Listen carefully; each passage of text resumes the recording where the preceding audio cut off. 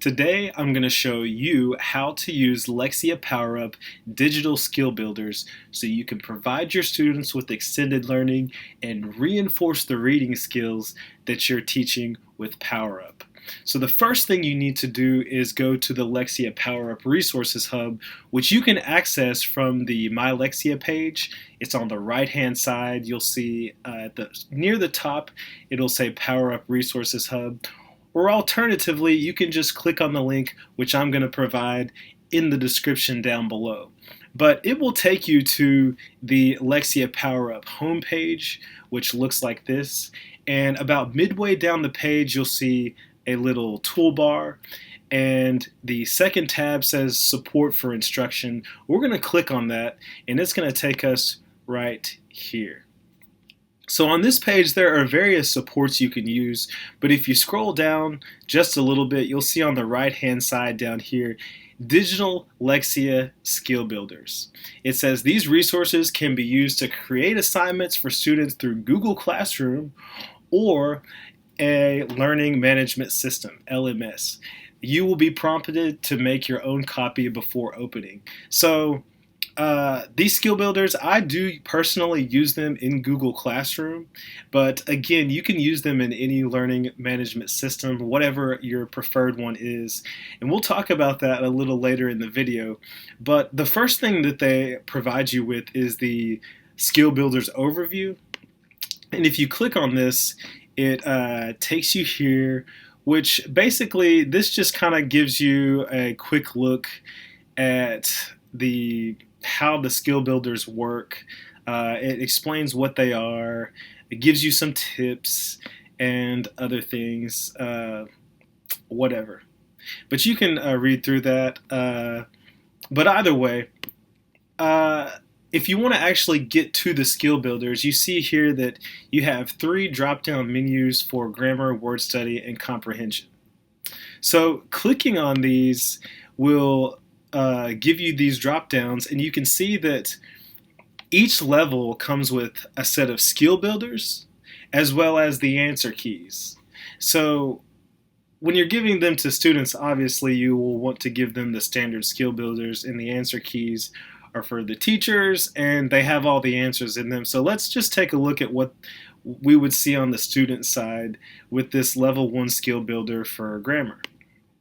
So we click on it, and it opens up a menu here, which of course I gotta log in, so whatever. But so yeah, you will need a Google account. Well, I would suggest one at least. But either way, because it's going to make a copy. Once you open this up, you will make a copy to your Google Drive account. So let me make a copy.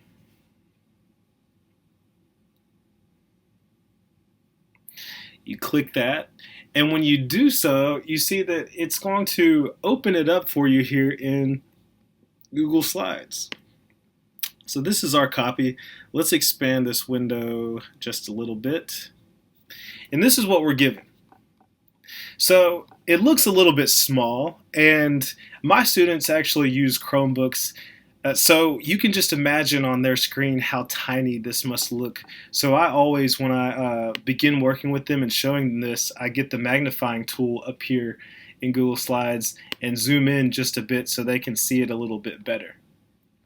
Now, these skill builders work pretty much the exact same way as the paper versions do, except they have some extra features, as you'll see. First of all, as you can see, these little boxes that are provided are editable. So students can put their name in, and like so. They just have to click on the box. And for exercises such as this, where you see it says, a noun names a person, place, thing, or idea. Put each noun in the correct list. Well, on paper, they would write the noun in the box that it should go in. But in this case here, they simply drag and drop. There's no editable field. They could create a field if they wanted to, but all they have to do is hover over, and you see it changes the mouse cursor to like a multi-directional pointer. and kitchen. So we can drag this down here to place, mother. We can drag this down to person, so on and so forth. So, and then as we go on, you see more exercises, and just these orange fields are editable fields that students can use. And when they're finished, they can either share this with you up at the top. It's not shown here on this screen, but they can share this document with you, or they can upload it to Google Classroom. Now, it's the same for all of these skill builders. You can go to each of them, and I'll show you very quickly what it looks like on the answer key side. So if I open up the answer key version, we'll go here, make a copy, and it looks like this. So you see that it's the same thing, except now it just has all the answers in, so you can go back and check it. Now, skill builders they're an extended resource. They're not a primary, because students are working, when they use Lexia, they're working through different exercises that it's a leveling up system that they use, so they get better, and it gradually gets more difficult, and they learn more skills as they progress through the program. And skill builders are meant to supplement that learning for levels that they've already completed. So when students have already completed level 1 of grammar, if you want to reinforce that learning, you could give them a level 1 skill builder. And what I use skill builders for is when a student completes all of Lexia, when they have completely leveled up and they have gotten out of the program. For example, I have some students that have finished all the levels of grammar, but they're still working in word study or comprehension, for example. What I can do is I can get these skill builders and I can assign them to those individual students, just to them, so that they can go back and they can practice those skills that they've already learned.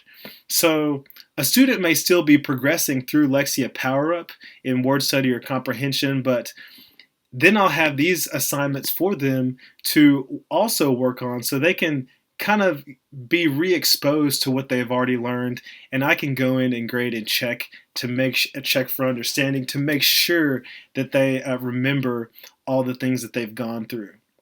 So anyways, this is how you use Lexia's digital skill builders. It's fairly simple, and one tip that I'll give for you is you can go ahead, if you want, and I would recommend, if you have the time, just download all of the skill builders, pop them into your Google Drive or your Google Classroom, and set it up so students, you can just tell them, hey, I want you to work on this level skill builder, and they can go in and easily find it in Google Classroom. So that is all that we have for you today.